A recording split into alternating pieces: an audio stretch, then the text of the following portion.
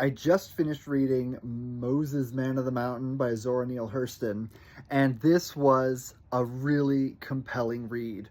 It's sort of a flawed book, but it's flawed in interesting ways, and it works really well as a look into the mind of the author, who's a really fascinating person, full of paradoxes and contradictions and everything.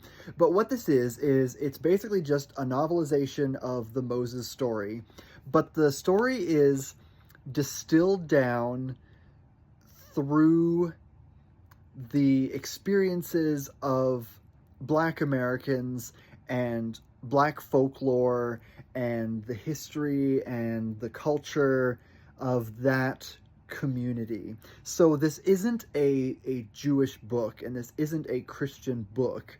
This is a Black American book.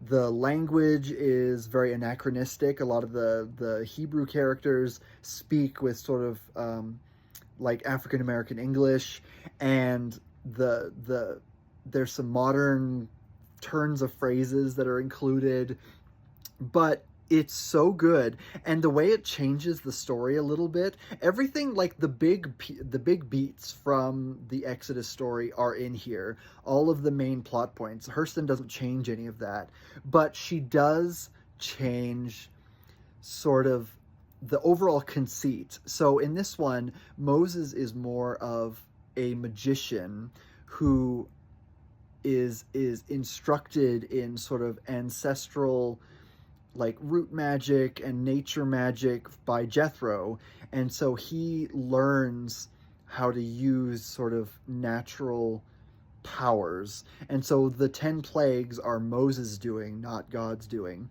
And the God of the book is, it's sort of left a little ambiguous, but is not so much like the most important figure. God is more like this mountain deity that sort of uses Moses and gives him a purpose, but Moses is the one who kind of has to do all the work, basically, and has all of the power and the ability, and is the one that actually has to sort of create the culture of the Israelites and create the religion for them, and kind of create this identity for them. And there's some flaws in it in terms of how everything's presented. It does have some issues with patriarchy and all that, but overall, this was such a fascinating, epic, incredible, wonderful read. I really had a good time with it.